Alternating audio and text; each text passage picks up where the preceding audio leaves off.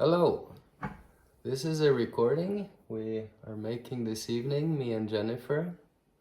And our intention today, as doing another Cacao-Talk, is to talk a bit about specifically an event that is coming up in August.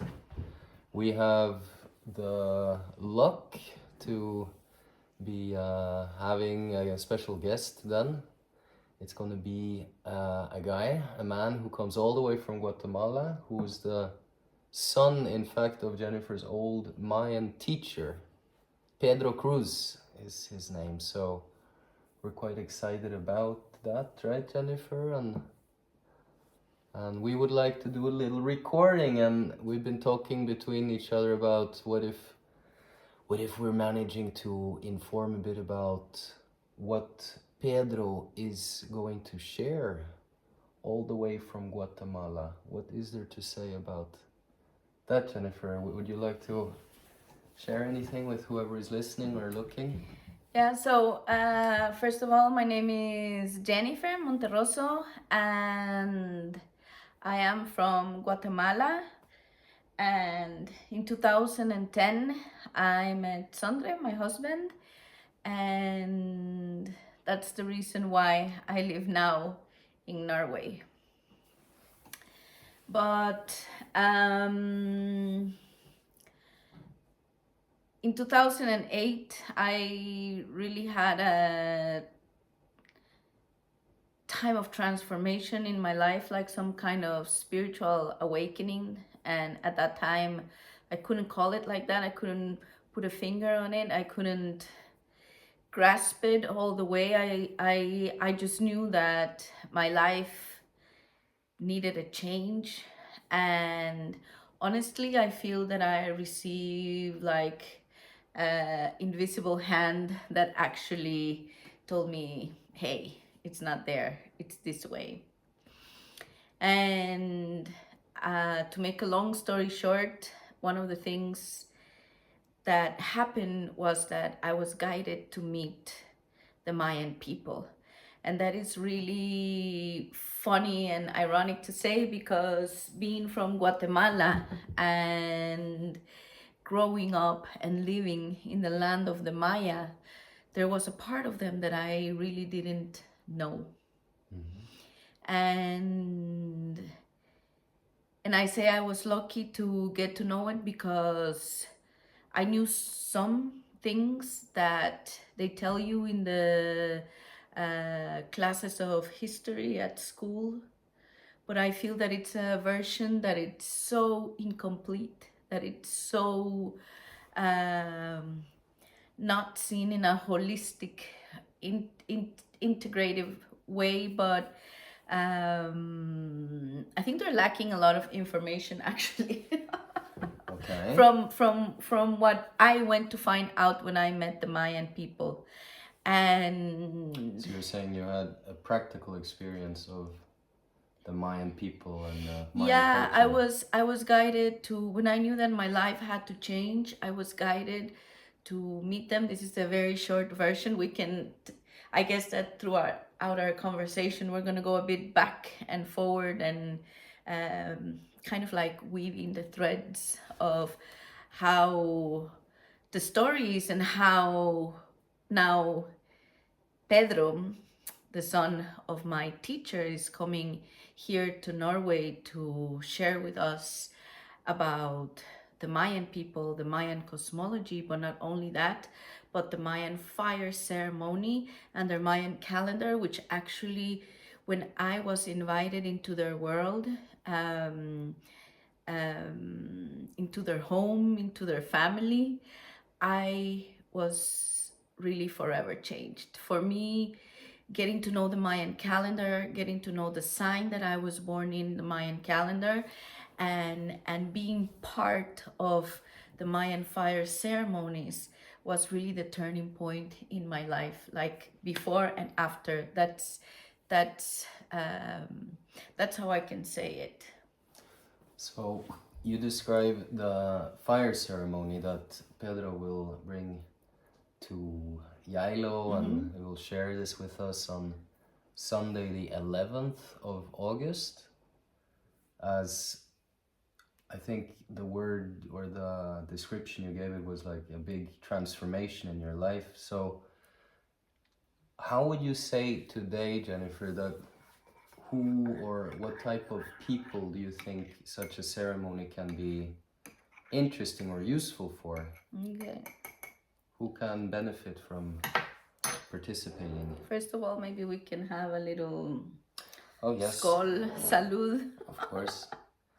Salud also Yes. to Pedro, who And everyone might who's be watching. Yeah. Salud.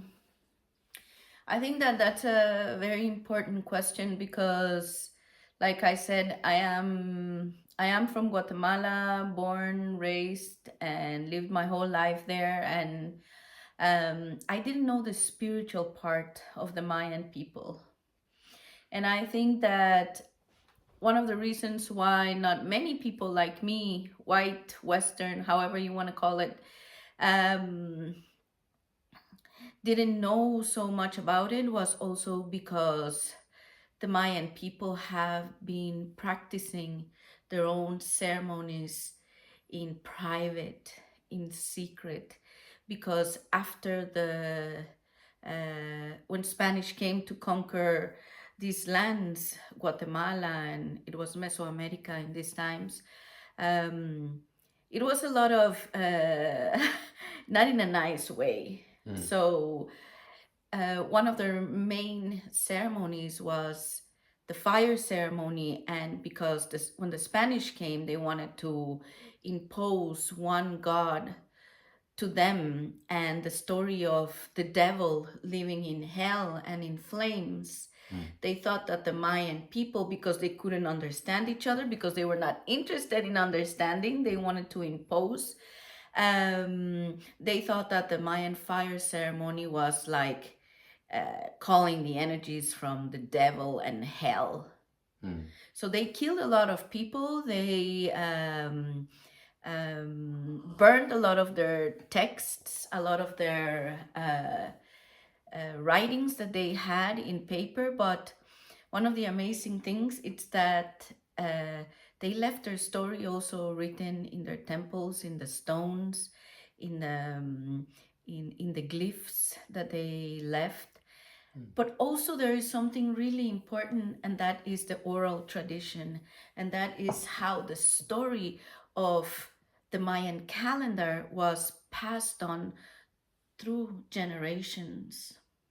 Exactly. And the Mayan people say that actually the story is passed on through the breast milk to the next generation. It's something so intrinsic, it's something so inside of them.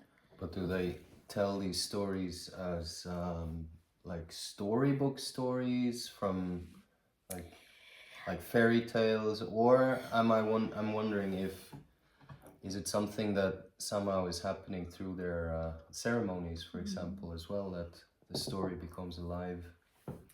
Yeah, something like that. You know, the Mayan people, I don't speak their language, but I think I had enough time to be with them and to share with them to actually understand what they were talking about.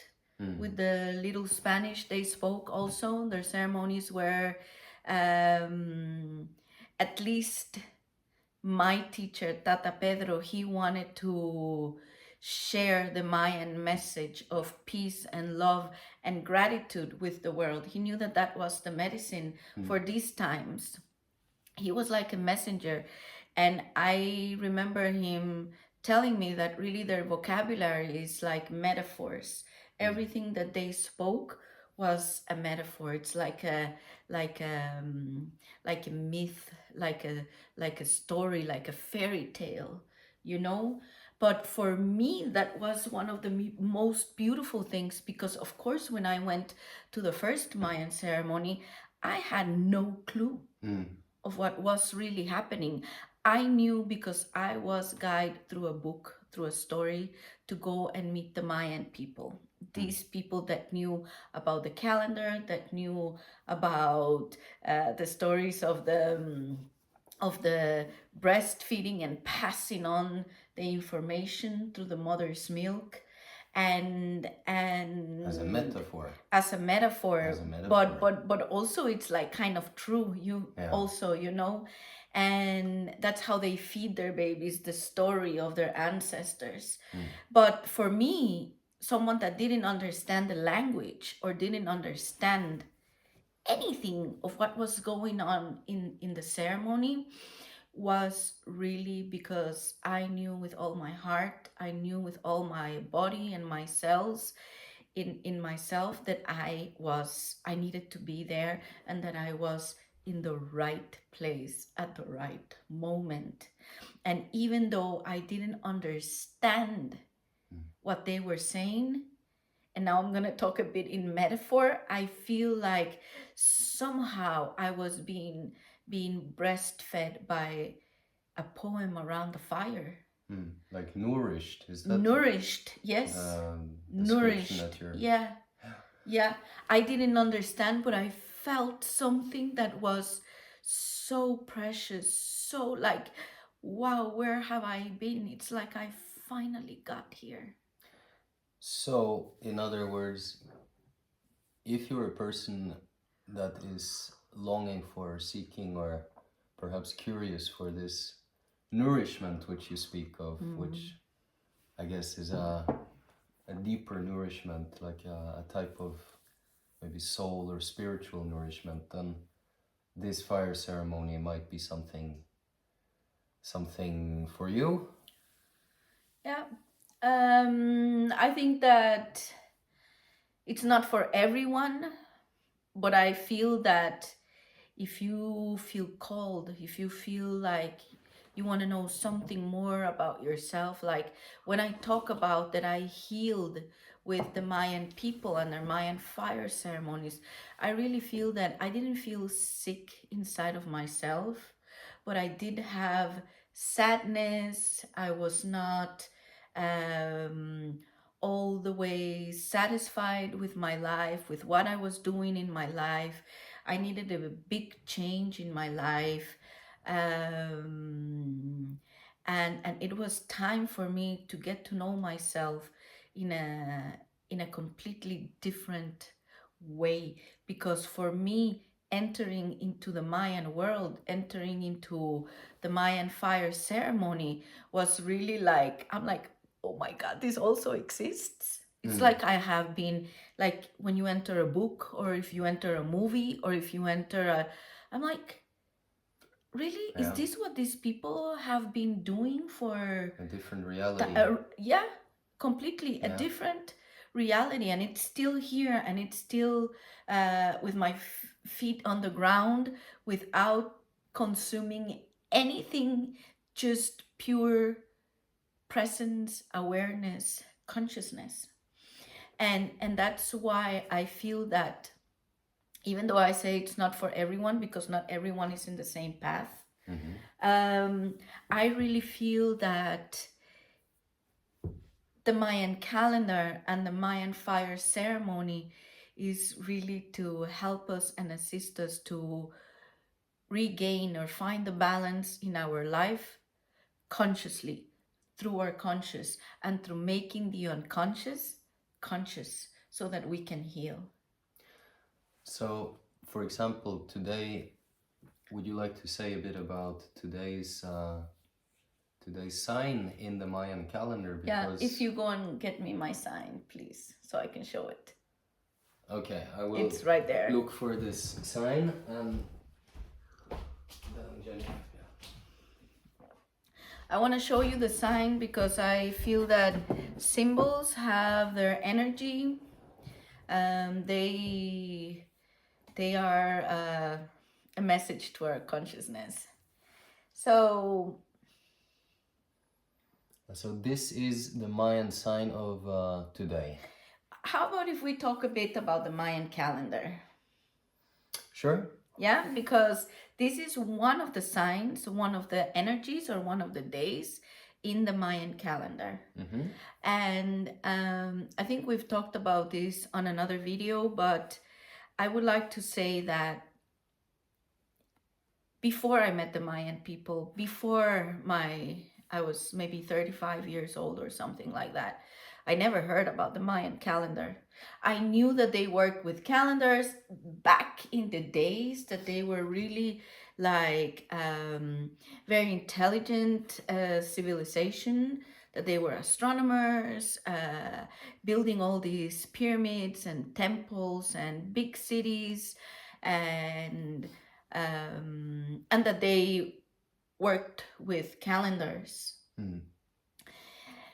But this calendar, it's called the Cholquij in the Mayan region of the highlands in Guatemala, and it's called the Solking in the northern part of Guatemala.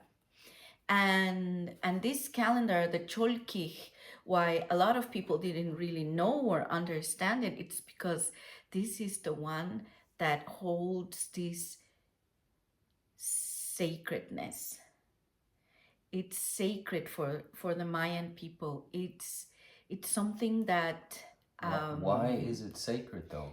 What is the sacred part of it? it's sacred because I think this is the calendar that actually really remind us that not only the calendar is sacred, but that we are sacred, that our time on this earth is sacred, that everything that surrounds us is sacred, that the elements, the fire, the water, the earth, the wind are sacred too, that you are sacred, that the plants are sacred, the animals are sacred. You enter into a sacred world, everything becomes sacred.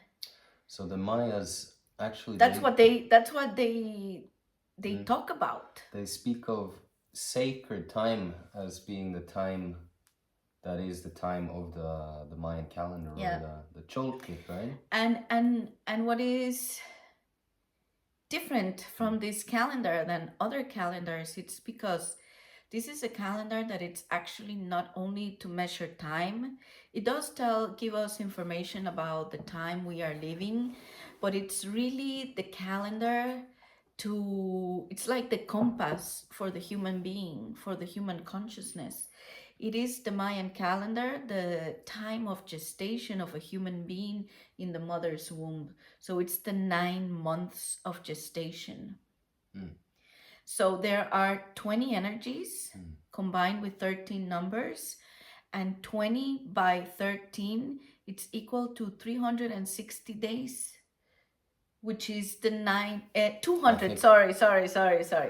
260 days that are the 9 months of gestation.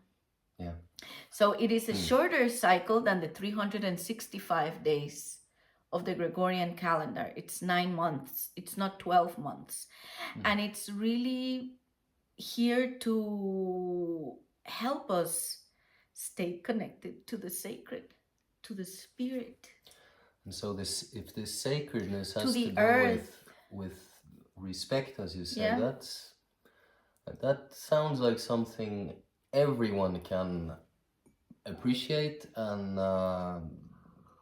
somehow connect with, I think, because of course we can appreciate, it's good to appreciate ourselves as sacred as much as everyone else, as much as all living things really, and our time as well. That those are good reminders, which maybe aren't really so much part of the other calendar, so to say, or the normal calendar, or of course this for us. I can speak for me personally, perhaps, because maybe that's the best way to describe it, that before I was introduced to the Mayan fire ceremony, I hadn't really experienced, like you were telling, Jennifer, this other world, or this appreciation for the sacred. And I found it very beautiful as well, very special. And I think it's right to say also that it was a reminder of how, if we open our eyes and our mind and our heart, there really exists this world of beauty, which also, of course, does include challenges. But perhaps the real So, question is how we approach, how we deal with, and how we appreciate our challenges in life too. so the thing is that since it is a calendar and some of us become Mayan timekeepers, and this is what Tata Pedro was, what Pedro is, what I am, a Mayan timekeeper. And we know what day is today in the Mayan calendar. We know what day is each day. Like today, we know it's Monday, right? Except for Monday has a completely different meaning, or the days in the week, than what the energies of the Mayan calendar bring, because they hold an intention. They talk about our gifts, they talk about our challenges, and they help us bring the balance back in our life in 20, I call it 20 ingredients of a recipe to keep yourself aligned in balance. So this energy is the energy of today. It's called Bats. And actually, Bats is the energy of the new beginnings. It's the first energy of the 20 energies. It starts with Bats, and it is the thread of time. So in the Mayan world, they say that the past, the present, and the future are all accessible for us here and now. Even though we can't really like travel to the past, we have access to events and energy, and that's how we can heal things that happen in the past now, by understanding, by going there, by picking up the pieces, by picking up the lessons, by being able to forgive. And I think that this energy also, it's a big reminder for us that actually we are co-creators of this reality. So what I learned in the Mayan world, when I saw how people were doing things completely different than how I thought I could live my life, I really thought they really create their own reality, but we are all doing that all the time. Except for that they take the time to really make their life beautiful in many ways, starting from how they speak, from how they dress, for how they speak to their existence, how they speak to the fire, how they speak to the Mother Earth. It's like with so much respect, with so much reverence, with so much love and appreciation. But the most important thing and the most important word that the Mayan people have is Maltiosh. Maltiosh, They and what even say means, 1 and 2 and 3 times and what does that mean? Maltiosh. And What's the Maltiosh meaning? means, you know. I know what it is. I know what it means. It's the Mayan word for thanks, thank you. Thank you. So that's the most important. Yeah, to be Word, grateful, and to also be feeling, grateful for this experience, for this life, for the sky. Like Tata Pedro would say, thank you for the cold, thank you for the heat, thank you for the good days, thank you for the bad days, thank you, grateful for everything. They give thanks for their food, for everything. So you could say that a Mayan fire ceremony also is, it's like it's a method to find what you're thankful for in your life.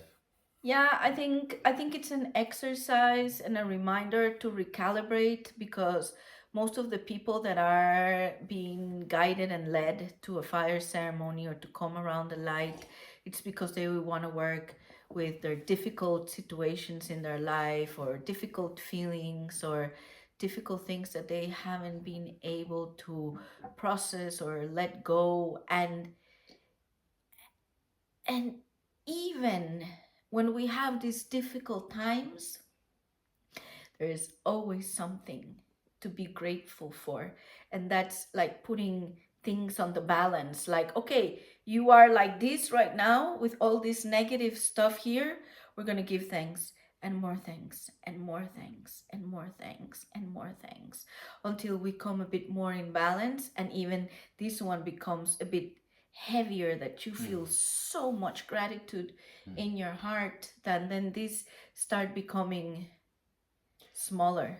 And isn't it also correct to say that the ceremonies are a lot about just finding or creating this balance, that it's not about anything being bad or good, Yeah. but it's a question of being able to consciously create balance in your own life, Yeah, right? I remember Tata Pedro telling me, well, if you don't know who Tata Pedro is, you can go and look a bit on the net. But Tata Pedro was one of the last, not one of the last. Tata Pedro was one of the first, I think, Mayan elders who was actually crazy enough to open up the ceremonies for people like me, for foreigners, for people that were coming before the date of 2012, when it was so much commotion around the Mayan calendar and the end of the world. He wanted to be available to tell people the truth about the Mayan calendar, that there was no destruction, that there was no end of the world, of people that were all gonna die, or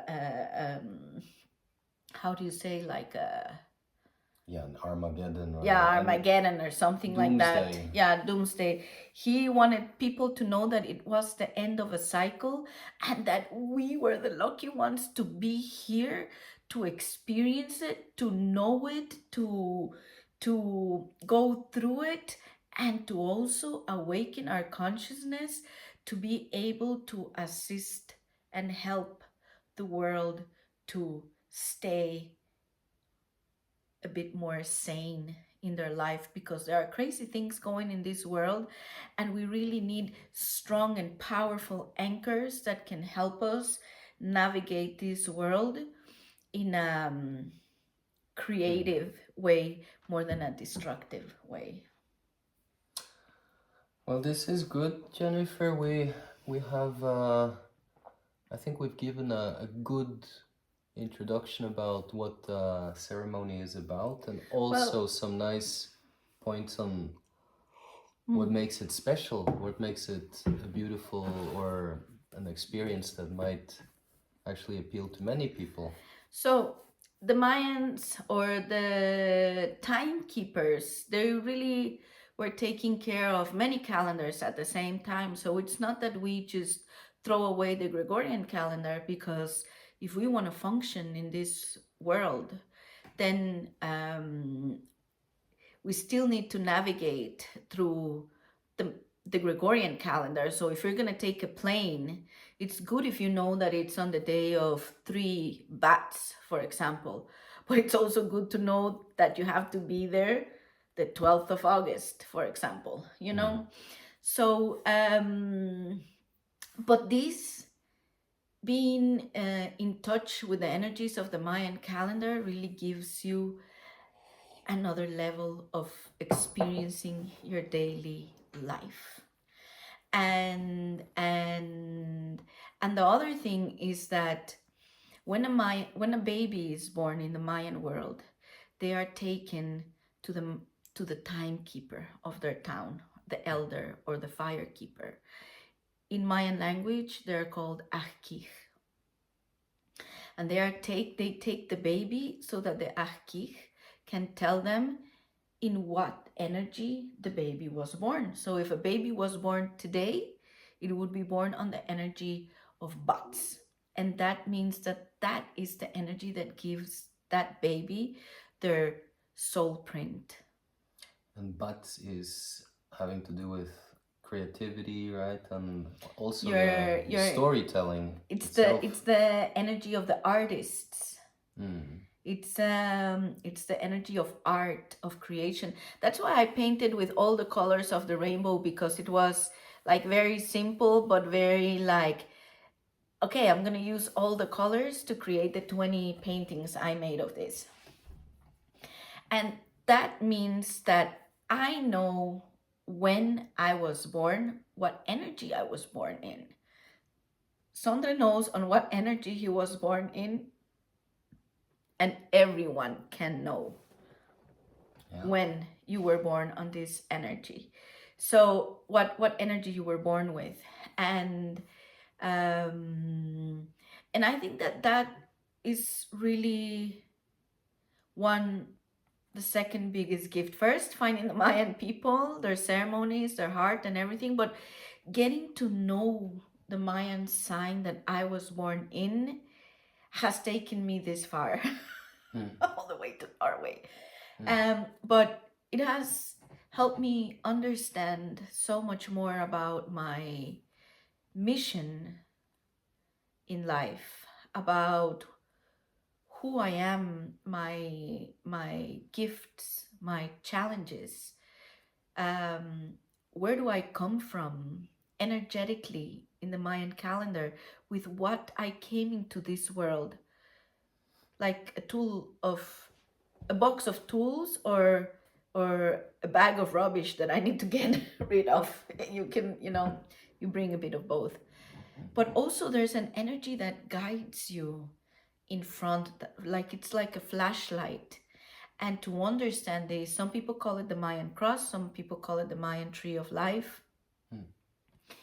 It's really a compass that has a lot of information that can help us keep the balance, stay in balance, understand more about yourself and about your mission. Like, how many of you have not asked yourself, why did I really come here? What is really my purpose in this life? We can all have different types of jobs, Some people are very aligned to their actual real mission, what they came here.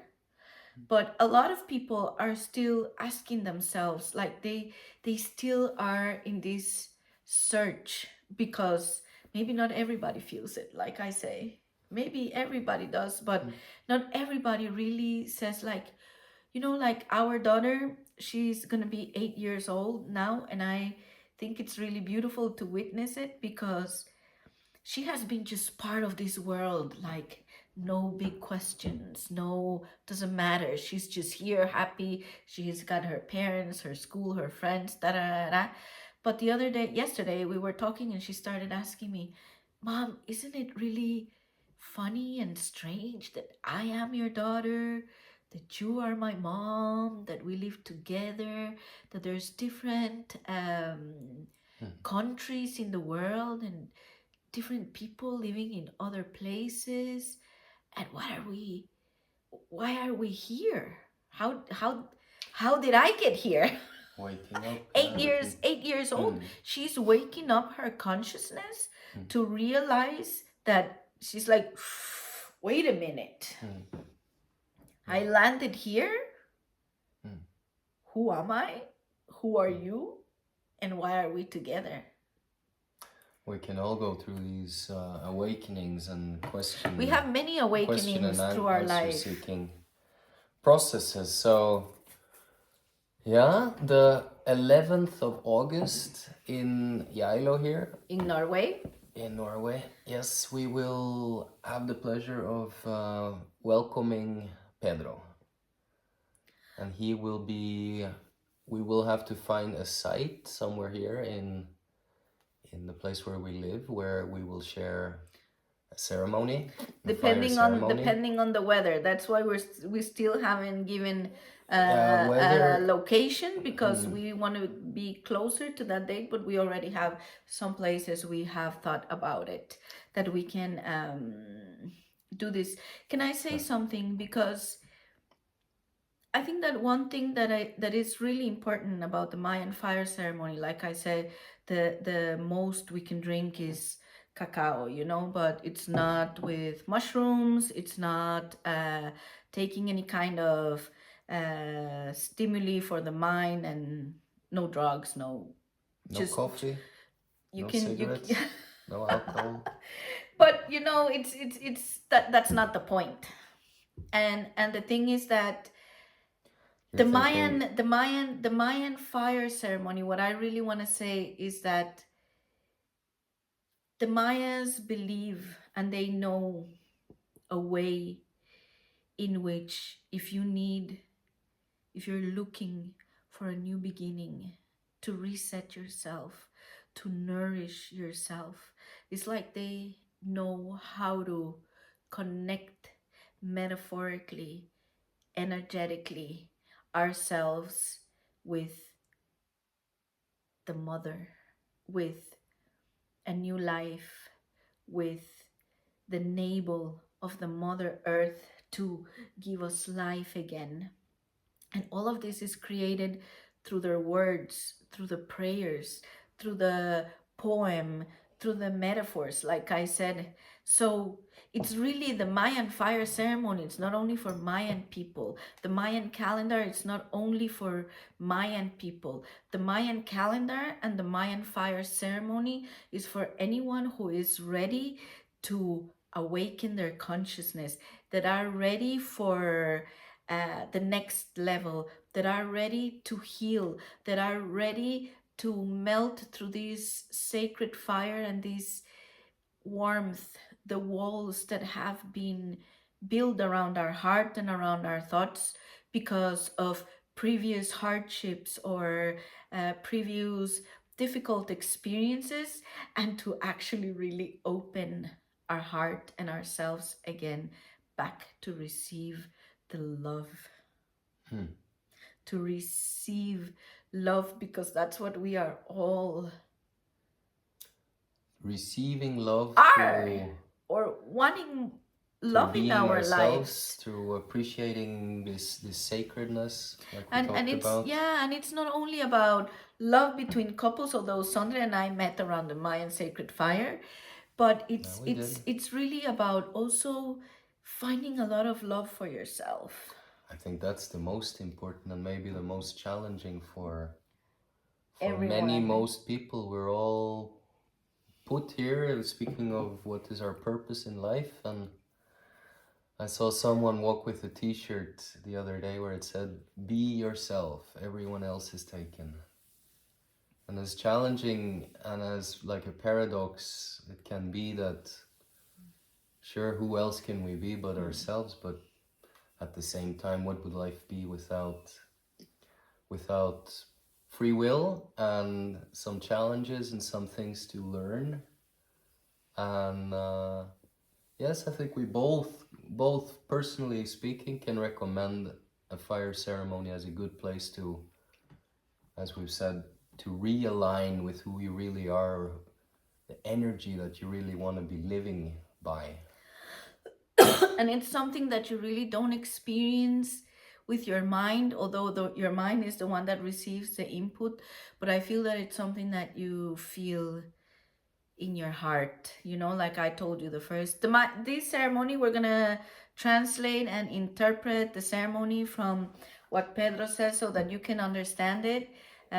We have Spanish, English, Norwegian here, so we make sure you understand. um Pedro is going to be also here for some days, and he's going to be available for doing personal readings, because like I said, the same way that we know which energy we were born in, you can also learn about the energy you were born in. You can go to my website, the mayantimecapsule.com. There is a Mayan date calculator there, and you can go and put in your date and check out when you were born. There's a brief description there, but if you really want to dive into it, or you would like to have a reading from Pedro, then you can also book a reading with him. We can translate, and we hope to see you here, and that you can join us, because some people go there, like Sandra did, to Guatemala, to go and find the Mayan people and these experiences. And this time we have the gift of Pedro coming here and light up the sacred fire in Geilo. Yes, it will be a good experience, a positive experience, I think, for us and for those coming, and I think also for Pedro himself, that he And feels for me, feels an honor and I feel really that is like Tata Pedro sent me his son, sent us his son to come and activate this energy, and to, for me it's just a reminder that even though we are so far away in Norway, it's like, doesn't matter, everything is connected, and whatever you want, it will find you back also. So having said that, and with the last remaining cacao that we have in our cup here, and if you don't have cacao or if you don't have anything to drink, it doesn't really matter, but we close this recording off, and we can all do it. We invite you as well. You may even close your eyes and just fill yourself for this gratitude. Maltiosh. We can always come back to that, feeling gratitude for our life as it is, even the things that are hard or difficult or challenging, that there's a reason for everything, and there's also a solution for everything. And you always have a choice. And there's always most of the a way. time. One last thing I want to say, because people are asking how long it takes a Mayan fire ceremony. Mayan fire ceremonies, as I know, are timeless. But we try to keep it 2-3 hours. So be prepared. People can also come and go. I mean, safe to say at least 2 hours at least. Yeah. And I think we've set the time to be 4 o'clock, Sunday the 11th of August. And if you have any questions or anything you need to know about this ceremony, or if you have any questions about themes that you would like for us to talk about, just send us a message and we would love to come and talk about it. And we might add that we ask for a donation or a fee to be participating. Part of the ceremony, yeah. For 360 kroner, which is not so much. And it actually mostly goes to cover the plane tickets, the travel expenses of Pedro. So it's but open for donations too. Yeah, if you would like to help Pedro, if you think it's interesting, worth it, and everything, please just bring your generous heart also forward, and make sure you book with a time with Pedro. And yeah, I think that's good it for today. All right. Thank you very much for your sacred time, for listening to us, and we hope to see you soon. Hada.